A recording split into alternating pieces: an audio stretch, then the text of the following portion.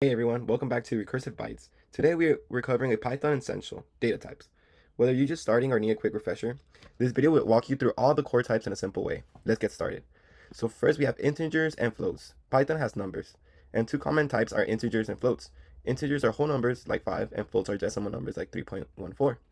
For example, we have an integer, let's say x equals 5. That would be considered an integer.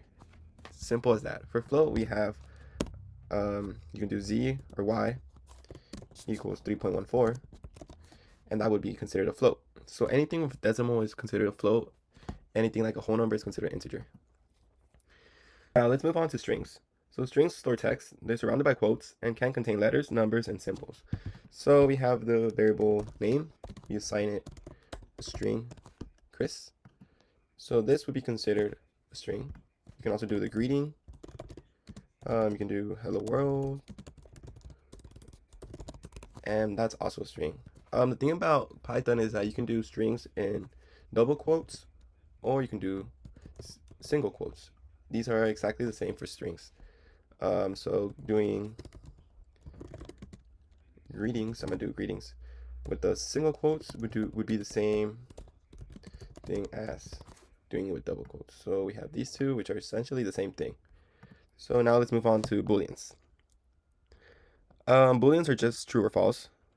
They're super important when you're writing conditions, like checking if a user is logged in. So we can do the example is happy. We can assign true. So these don't need quotes or anything.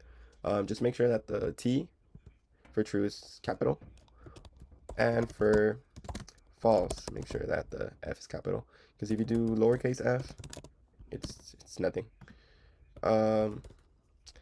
So yeah, so make sure those are capitalized. So that would be it for the more simple data types. On to the more advanced data types, we have lists. So lists are like containers for values. You can store many items in one list and access them using indexes. So you can do the list colors. You do square brackets for list. So that's how you know it's a list. And you can fill it up with strings red, blue, and green.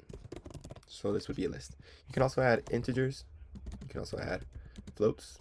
You can even add a list inside a list. So you can do another like that. And then you can do 1, 2, 3.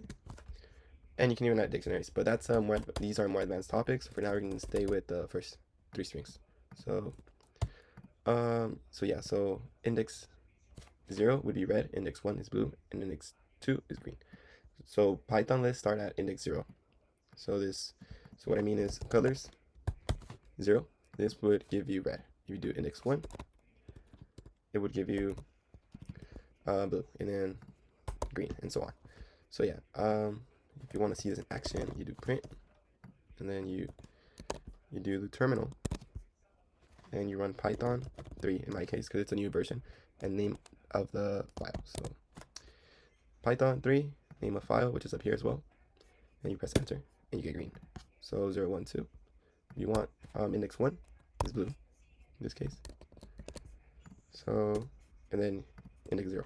So yeah. So list indexes start at 0, and they go up until the length -1. So yeah. Now moving on to tuples. They're like lists, but you can't change them once you make them. So you can't modify it once it's created. Tuples are important for when you don't want anyone messing with your information, or if you have, let's say, map coordinates, like let me see. So your position, and then you do 10, 20. So let's say that's a position, and you know it's never gonna change. That's what you can use tuples for.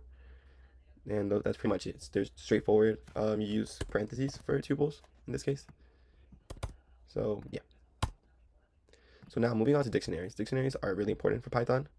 I can do a whole video on it, but for now, let's focus on its main function. So dictionaries store data in key value pairs. They're great when you want to label your data, kind of like fields in a form. So let's say we have the person variable, and then you have this whole thing in it. So right now, we're gonna get this out of the way for now. So we have the name, which is the key. the string Chris, which is the value assigned to the key. Then you separate it by a comma, and then you have the string value, or the string key, my bad, age, and then you do the value 200, which is an int. You do dictionaries with the curly brackets. So if I add this, it's another key named favorite foods, and then you can assign a list to it as well. So if you want to access this value, you would do person, and then you do name, and you would get the value Chris from it. So yeah, so if you do favorite foods, this one's a little bit more complicated in a way. You do and then you would do the index of this list. So like I said up here, this is index 0, index 1, index 2. So if you want tacos, you would do 1. And I will show you print. So you do print, and you do print.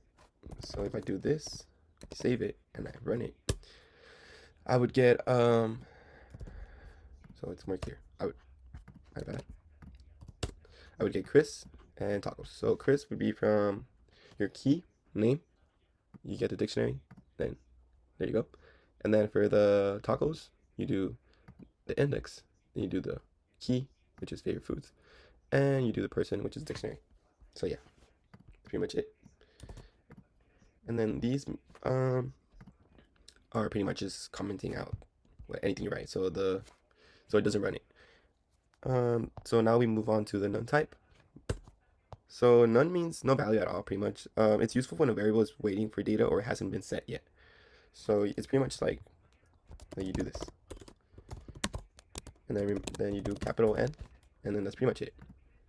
Yeah, that's pretty much it. Nothing too complicated with none. So let's move on to sets. So sets. So sets are unordered collections of unique values. They automatically ignore duplicates and are great for comparisons. So let's say you have the set 1, 2, 3, 3. So you do curly brackets for sets, and you want to print the set A. You would get so you would pretty much get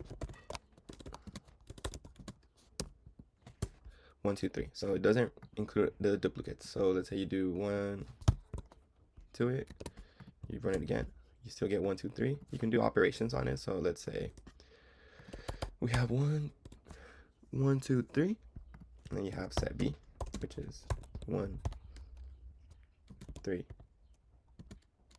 3, 1 through 4. Okay, so you save it, and then you do print A and B. So what this does, you would get the values that are repeated in both sets. So in this case, 1 and 3. You can also do the set fruits, and you can do banana, you can do apple, and then you can do apple again, and you can do, let's say, orange. So okay, and then you can print this,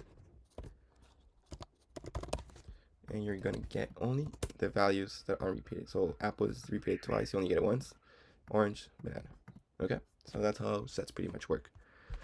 But yeah, that's pretty much it with the data types. We have the regular data types, and then we have advanced data types. And that's your crash course on Python's data types. Let me know in the comments if you want a project-based video using these. Don't forget to like, subscribe, and hit the bell for more Python tutorials. See you next time.